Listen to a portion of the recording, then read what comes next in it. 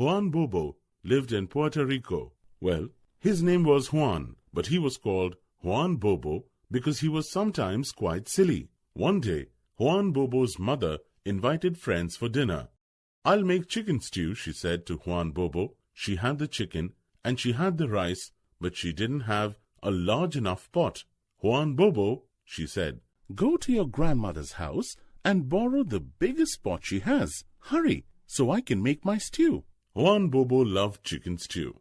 He ran outside and up the hill towards his grandmother's house. When he reached his grandmother's house, he went straight to the cupboard where she kept the pot. He lifted it up on his shoulder and called, "Thank you, grandmother," before heading for home. Home wasn't far, but that pot was heavy and the day was hot. "I think I'll rest a while," he said aloud. So he stopped and put that pot on the ground.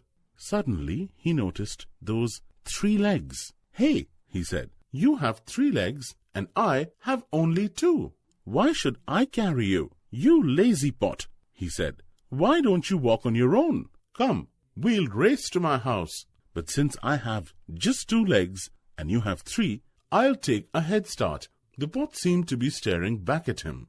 "It's easy. The house is just downhill and round the corner," he said, nodding at the pot. He was sure it understood his directions. "I'm off," he said, and he began to race towards home.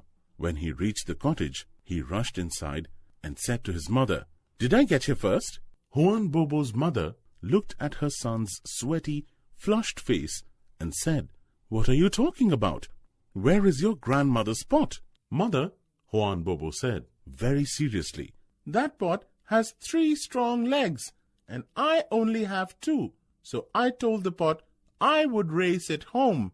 Juan Bobo's mother shook her head. "Oh, Juan Bobo, don't you know pots can't walk on their own?